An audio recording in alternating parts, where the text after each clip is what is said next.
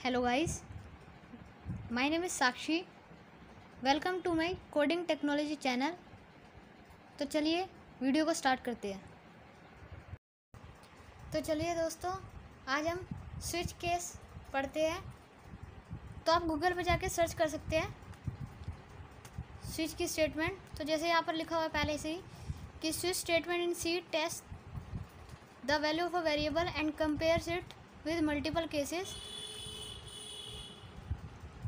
Once the case match is found, a block of statement associated with that particular case is executed। इसका मतलब ये है कि जब हमारा केस मैच हो जाएगा तो वो उस ब्लॉक को एग्जीक्यूट कर देगा। ठीक है। If a case match is not found, then the default statement is executed and the control goes out of the switch block।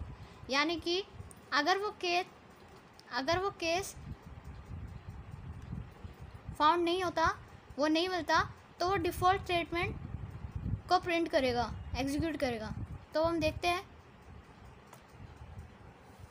तो दोस्तों, जैसे अभी हमने गूगल में देखा था, तो अब इस प्रोग्राम को समझते हैं कि स्विच के स्टेटमेंट हमारा कैसे काम करता है।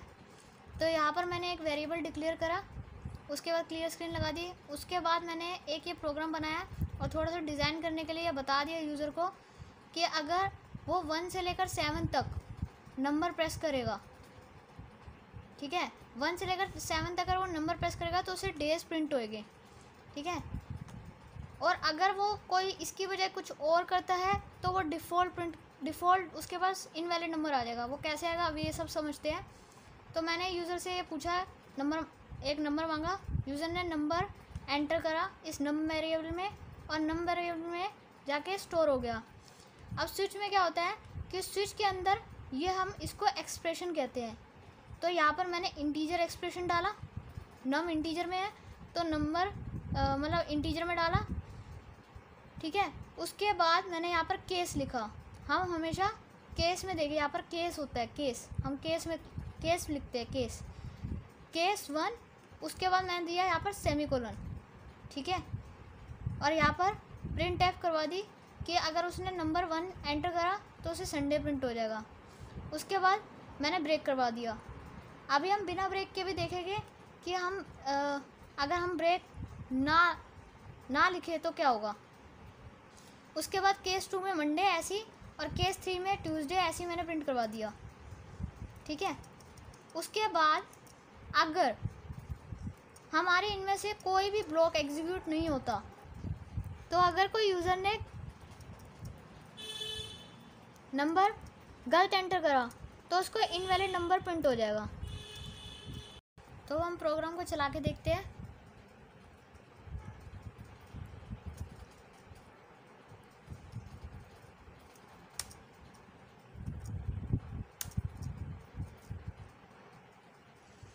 तो ये अब हमसे नंबर मांग रहा है 1 से लेकर 7 तक।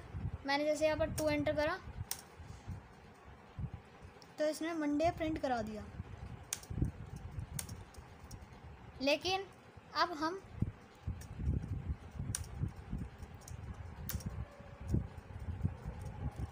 वन से लेकर 7 तक ना एंटर करके कोई और नंबर एंटर करते हैं। जैसे 8 एंटर कर दिया,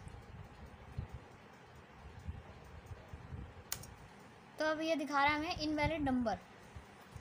ठीक है, क्योंकि हमने डिफ़ॉल्ट में प्रिंट करा। तो कई लोग कंफ्यूज हो रहे होंगे कि इफ़ एल्स में क्या और स्विच में क्या डिफरेंस है। स्विच में ये इफ़ एल्स में ये है कि हम वो एक कंडीशन देखता था, चेक करता था, फिर दूसरी कंडीशन देखता था, चेक करता था, फिर तीसरी कंडीशन चेक करता था, फिर ऐसे एग्जीक्यूट करता था जिस पे भी जाना हो।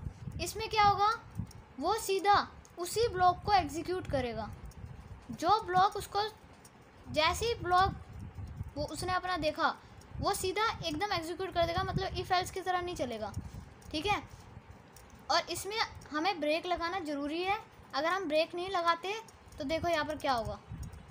अगर मैंने यहाँ पर ब्रेक नहीं लगाया, मान लो, ठीक है, मैं 2-3 जगह पे ब्रेक हटा देती हूँ। अगर मैंने नहीं लगाया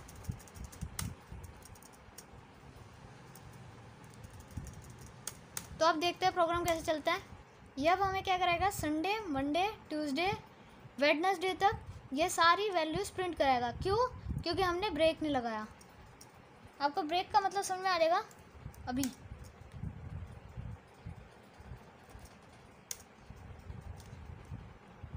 तो मैंने जैसे 1 प्रेस करा तो इसने हमें दिखा दिया संडे, मंडे, ट्यूसडे, वेडनेसडे। इसने हमें एक ही लाइन में दिखाया, ठीक है।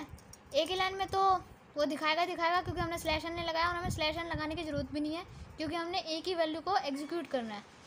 तो ब्रेक अब आपको समझ में आ गया होगा। ब्रेक मतलब ये होता है कि हमें सिर्फ उसी ब्लॉक को एग्जीक्यूट करना है।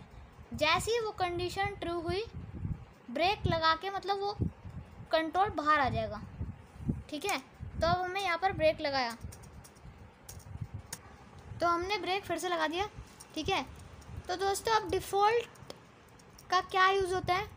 डिफ़ॉल्ट का ये यूज़ होता है कि अगर हमारी इनमें से कोई भी ब्लॉक एग्जीक्यूट नहीं होती तो ये डिफ़ॉल्ट प्रिंट करवाएगा, ठीक है। अगर आप नहीं लिखते तो ये कुछ नहीं, ब्लैंक दिखाएगा कंसोल पे।